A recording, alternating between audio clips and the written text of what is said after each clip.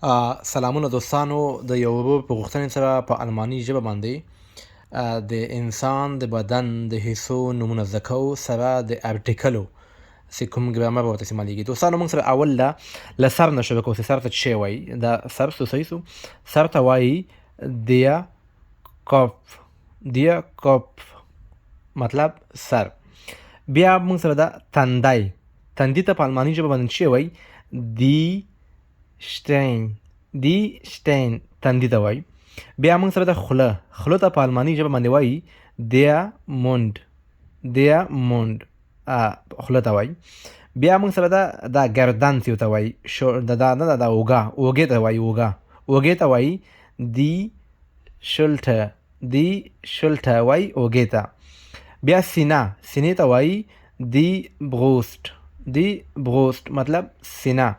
بیا موږ سره خېټه یا معده، خېټه هم وایي معده هم وایي دس ابډومن، دس ابډومن یعنی معده یا خېټه.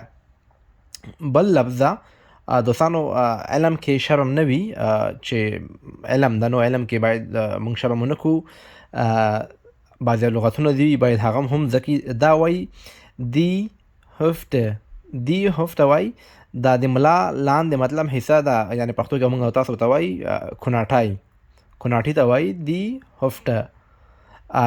بل دا دس باین، دس باین مطلب دی جنه دغه دې ته وایي، مطلب موږ تاسو ته څه وایي؟ ورون وایو، که تاسو ته وایي پښتو کې وایي دغه علاقې ته څه وایي؟ دس باین. بیا پښې ته وایي، پښې ته دیا فوس، دیا فوس مطلب پښه. بیا موږ راځو سترګې ته چې وایي دس اوګه، دس اوګه سترګې ته وایي. غوږ ته وایي دس اوه، دس اوه مطلب غوږ.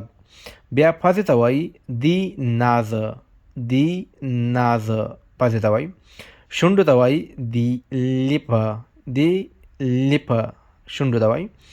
بیا دا غاړې ته چې وایي، دا غاړه چې ده موږ تاسو دا ورته اورمیږ وایو یا غاړه وایو، دې ته وایي دیا نکن، دیا نکن. بیا دا بازو چې موږ تاسو دا مټو نه لاندې مطلب دې ته وایي دیا آم، دیا آم. بیا ملا ته وایي، ملا ته شاته حصې ته ملا ته وایي دیا غوکن، دیا غوکن وایي ملا ته.